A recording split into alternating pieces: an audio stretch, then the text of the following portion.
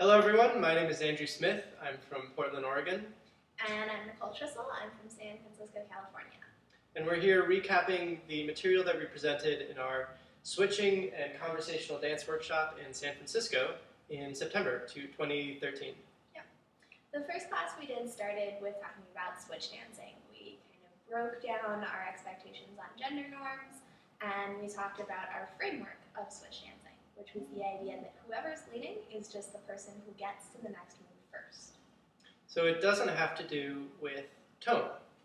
If we are doing steps from side to side, do, ba, do, do. Right now I'm leading the movement because I'm getting there first.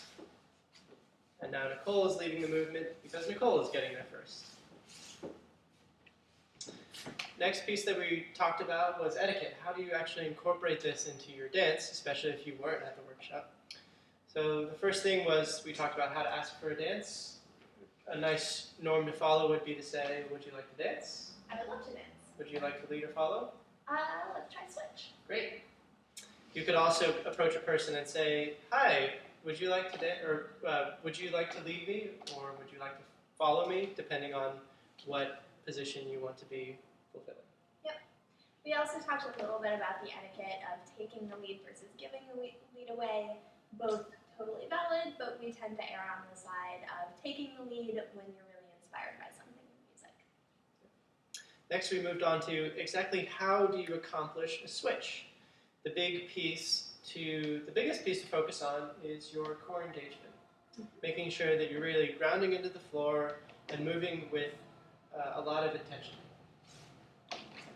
So if I'm trying to take over the lead from Andrew, I'm going to have to really push my own body into the next move sooner, which requires engaging and driving through my own body.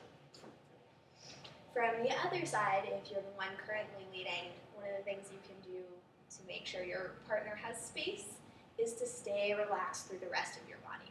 Relaxed arms, simplifying your movement, all of those things gives your partner space to take over. Next, we talked about the timing of the switch. When do you actually do it in a dance? The first piece that we worked on was to focus on the phrasing of a song. So typically, blues is organized in 12 bars of 4 counts, or 6 bars of 8 counts. Is that right? Yes. Okay. So looking at phrasing, switching on the phrase, or when there is something particularly notable in the music. Other things we talked about were interjections, where one partner jumps in and just takes over momentarily because they heard something really cool, they're really inspired, and then immediately gives the lead back to their partner. Or also, depending on the energy of the song, taking over if you're feeling really energetic and the song's gotten really energetic, and giving it back to your partner when it quiets down again. The next class we did was on conversational dance. We started off with a couple of different games to get the mind working and excited, and then we presented a whole framework for thinking about conversation in your dance. So the first two roles that we normally have is lead and follow.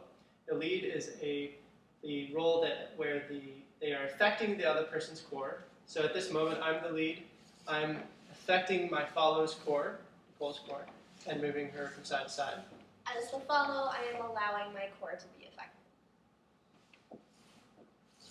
The other part of this framework was the idea of initiator and responder. But initiating is moving something in your own body without affecting your partner's core. So we can be dancing here, and I can do all kinds of things in my own body that's not actually making Andrew's core move. I'm not leading him until I start taking his core with me.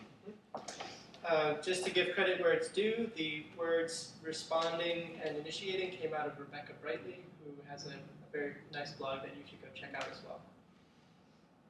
We put this into a simple exercise of a lead practicing doing 4 N shapes and 4 U shapes, and giving the follows a whole lot of leeway to try to break the dance contract. We next talked about how do the leads respond to a follow's initiation, because we don't want to just ignore them.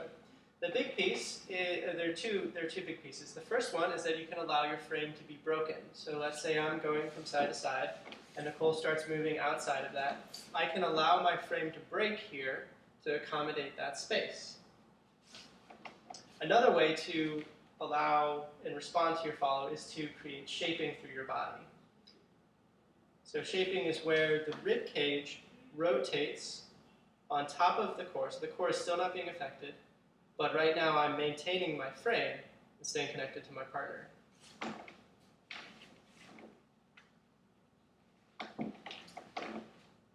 Cool.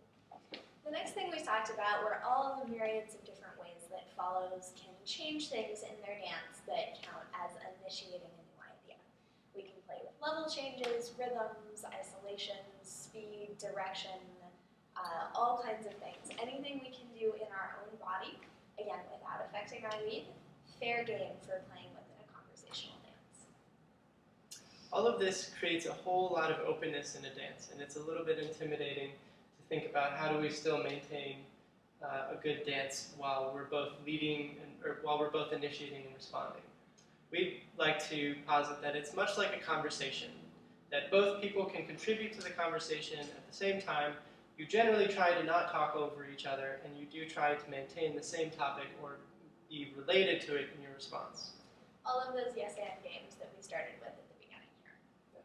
So the ultimate goal is to create a dance that is complex, that is two-directional, and is constantly building and inspiring off of itself and inspiring your partner. Yep. Great. So this has been the recap for our workshop here in San Francisco, California. Thank you very much.